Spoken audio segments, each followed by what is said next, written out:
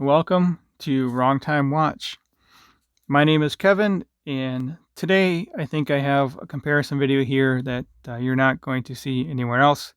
I can say that fairly confidently because this watch here is pretty limited, one of about 80 made.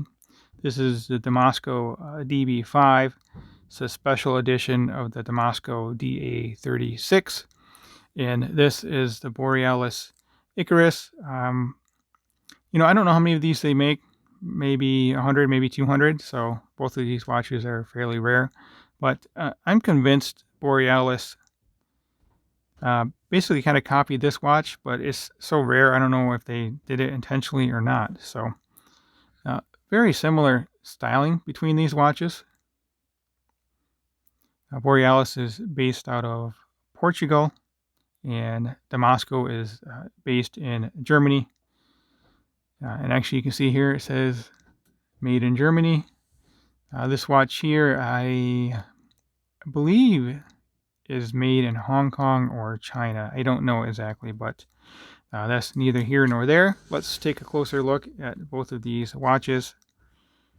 So the Damasko is made of ice hardened steel. So this is hardened steel.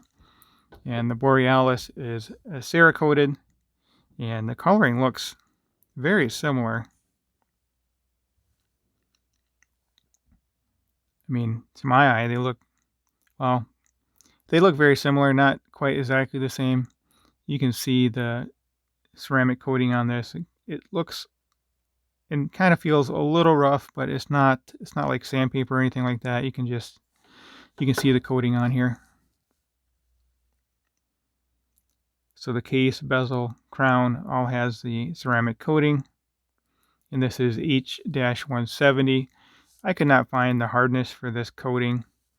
I have to imagine it's a little bit harder than 316L stainless steel, which is about 200 on the Vickers scale, and this one is 60 Rockwell, and I don't know the conversion for Rockwell to Vickers, but right there, HRC. 60 HRC, 100 meter water resistant, and the Borealis is the same, 100 meter. The Borealis is anti-magnetic to 20,000 or about 250 Gauss, and this one is anti-magnetic to 80,000, which is about 1,000 Gauss, the same as the Rolex Milgauss. And you can see the Damasko has the day and the date. This has a Swiss ETA 2836-2 movement. And believe it or not, this Borealis also has a Swiss movement, but it's the Ronda R150.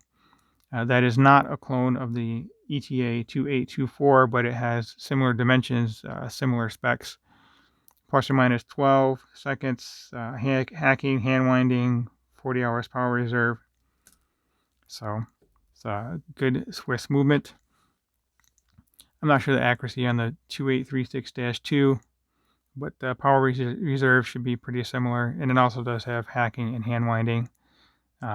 Difference between the 2836 and the 2824 is that this has the date. The date as well as the date.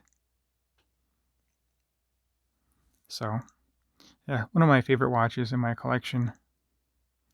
I do have other Damaskos I need to sell, but that's a different story for a different day.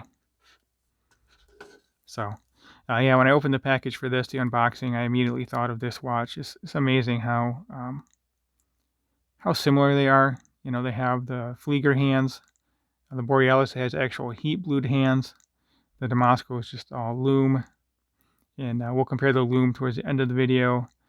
I suspect the Borealis is going to be brighter than the Damasko, but I don't know. We'll have to see. There looks to be more Lume applied to the Damasko. So dimensions, lug to lug on the Borealis, we're looking at 47.3. Damasko, we're looking at 48.4. 39 millimeter diameter on this, and 40 on this one.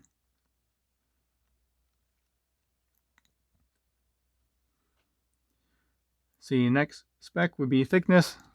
This one we're looking at 11.1, and the Damasko is 12.2. This one has an actual soft metal iron cage in here for the anti-magnetic resistance. I'm not sure how the Borealis does it, if it's just the mainspring that they're using in here or the balance spring. I'm not sure how that works. But yeah, you can definitely see the thickness difference right here. I think the bezel on this is a little taller, so the mid case itself is a little bit different proportions.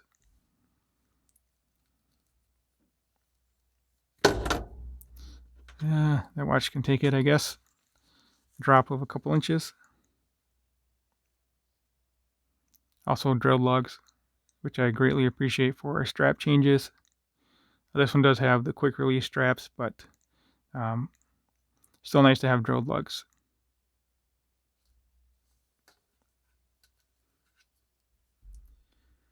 Okay, so this one has 20 millimeter lug width, but the strap, this real nice strap, blossoms out to 24. So we're looking at 20 between the lugs here, 24, and then it tapers back down to 18.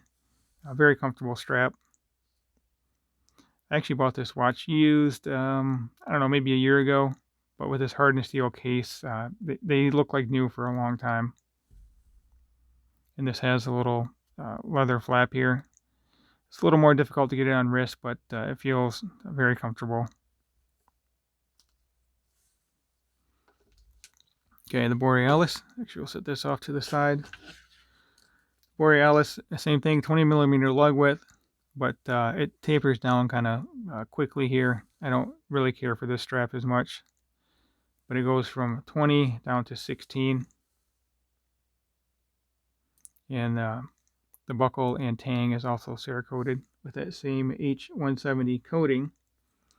Crown on this is 6 millimeter diameter, and the Damasko we have a 6.4 millimeter diameter crown. We'll put them back to back here. So as you can see, the Damasko is just a little bit longer, and the crown is a little bit larger. This has actual crown guards too, versus no crown guards on the Borealis. So let me get both of these on wrist, and then we'll take a look at the Lume. The strap on the Borealis really needs one more hole position for my wrist, or maybe that would be a little bit too tight, but right now it's a little bit too loose. Gotta get the hole in the tang in the hole there. So yeah, you can see it's just a little bit too loose.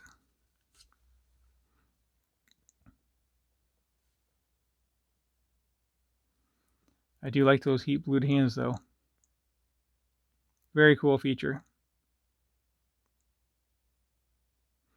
Also, you notice I didn't point this out, but the date on this one is white, and on the Damasko it matches the day and date has the same vintage color as the rest of the dial, so that's a very nice touch.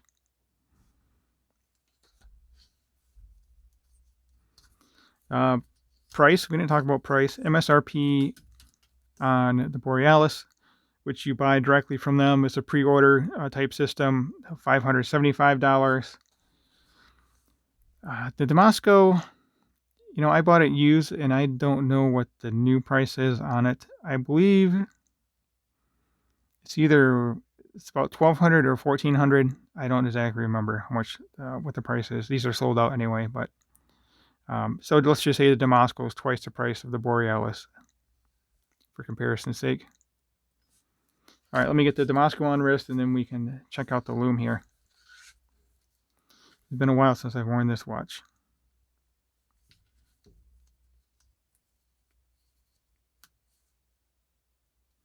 So it looks like I'm on the second to last hole position. Actually, third to last. I probably could tighten a little bit more, but we'll just leave it like this for the wrist shot here. Been meaning to get a different strap for this watch. it's not so easy to find one that blossoms out like this, so I'd have to have just a regular 20mm strap.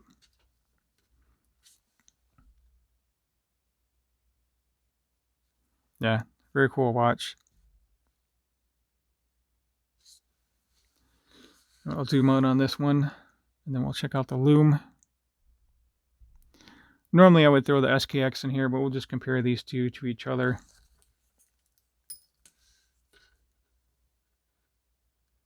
Let me know which of these two watches you guys prefer. I'm going to go with the Damasko, but I'm a big fan of German watches. So let me pause the video and then we'll check out the Lume on both of these.